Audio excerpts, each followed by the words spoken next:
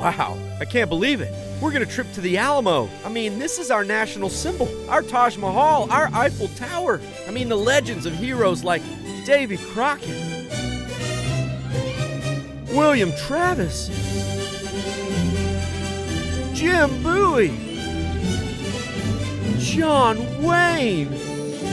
All forged right here. The line in the sand, victory or death, 13 days of struggle. Oh, right. Chet.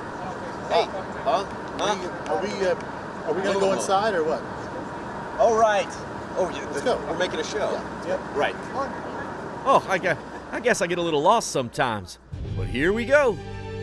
The Battle of the Alamo is a story we all know well. A small group of soldiers who were greatly outnumbered, yet willingly sacrificed their lives for the dream of Texas. And here on the grounds, all the stories we've heard since childhood become very real.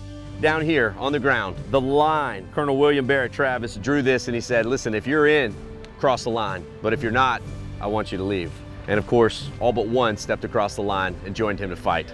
This is a spot where we believe Davy Crockett died and faced his final struggle.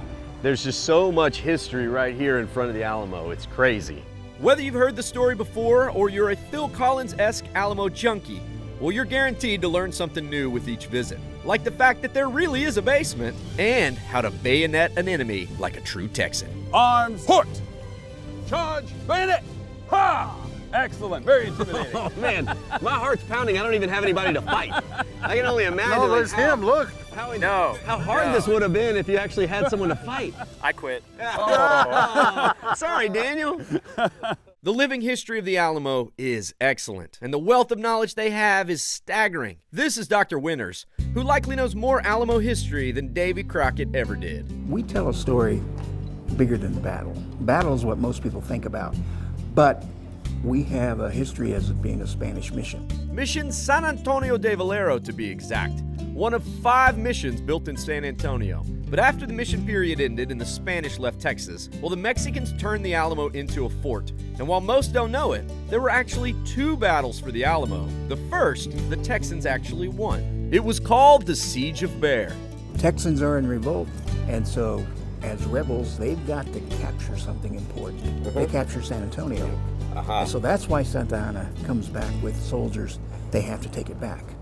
What had been the Texans' proud fortress became their prison. And for 13 days, around 200 brave men fended off Santa Anna's army. That is until the morning of March 6th before the dawn, when Mexican forces stormed the walls. It's very much like taking a bowl, putting it in a sink full of water, pushing it down, all the water starts rushing in. The battle took about 90 minutes. Like I said, it's in the dark.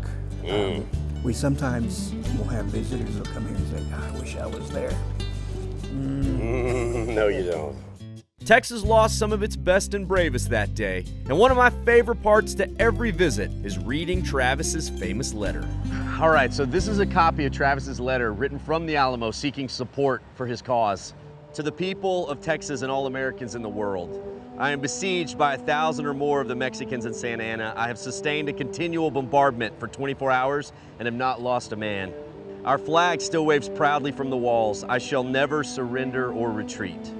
I call on you in the name of liberty and of patriotism and everything dear to the American character to come to our aid. I am determined to sustain myself as long as possible and die like a soldier who never forgets what is due to his own honor and that of his country, victory or death. More than a building, the Alamo is a symbol for courage even in the face of certain death, of dying for something bigger than yourself, and the story of victory and defeat, as it was the cry, "Remember the Alamo," that inspired the Texans to win their struggle for independence at San Jacinto. It's a story bigger than this shrine that continues to fascinate the generations. Oh, wow. Man, I mean, just walking through the Alamo has so much just gravity and importance to a Texan like me. I mean, I remember coming here as a little kid and it still sort of hits me the same way. It's about sort of having a personal moment inside the walls of the Alamo. Everyone who visits leaves with a personal connection that will help them to always remember the Alamo. And of course, like all good tourists, they probably also leave with a souvenir. Here we are in the gift shop. I gotta get something for the crew. You know, that'd be nice of me. I wonder if they have anything on sale. I gotta pick out something real unique. So I got you a coonskin hat. I got you a coonskin hat. I got you a coonskin hat. So I got you a coonskin hat. That looks great. Did you see the extra special? I picked. To see the full episode or to get info about how to visit this spot, trip on over to thedaytripper.com.